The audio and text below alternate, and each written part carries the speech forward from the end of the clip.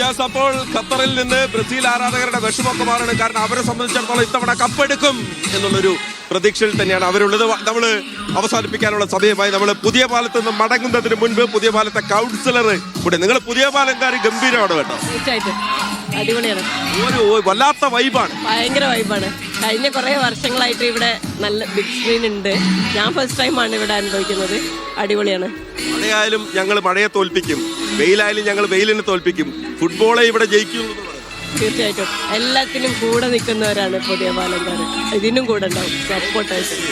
പുതിയ പാലം നമുക്ക് തരുന്ന പുതിയൊരു എനർജി ഉണ്ട് ഈ ലോകകപ്പ് സമയത്ത്. ഓക്കെ, എന്തായാലും കേരളത്തിന്റെ മുക്കിലും മൂലയിലും എല്ലായിടത്തും ഫുട്ബോൾ ആവേശം അതേപടിയുണ്ട്.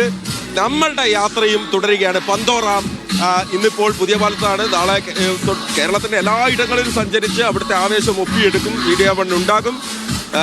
എല്ലാ ദിവസവും രാവിലെ 8:30 മണിക്ക്, വൈകിട്ട് 5:30 മണിക്കുണ്ടാവും. രാത്രിയിലും ഒക്കെ ലോകകപ്പിന്റെ ആവേശം ചൂടാറാതെ പ്രേക്ഷകരിൽ എത്തിക്കുക എന്നുള്ളത് തന്നെയാണ് നമ്മുടെ ലക്ഷ്യവും. അതിനായിട്ടുള്ള നമ്മുടെ യാത്രയും തുടരും. എന്തായാലും ഇന്നത്തെ പന്തോറ ഇവിടെ അവസാനിക്കുകയാണ്.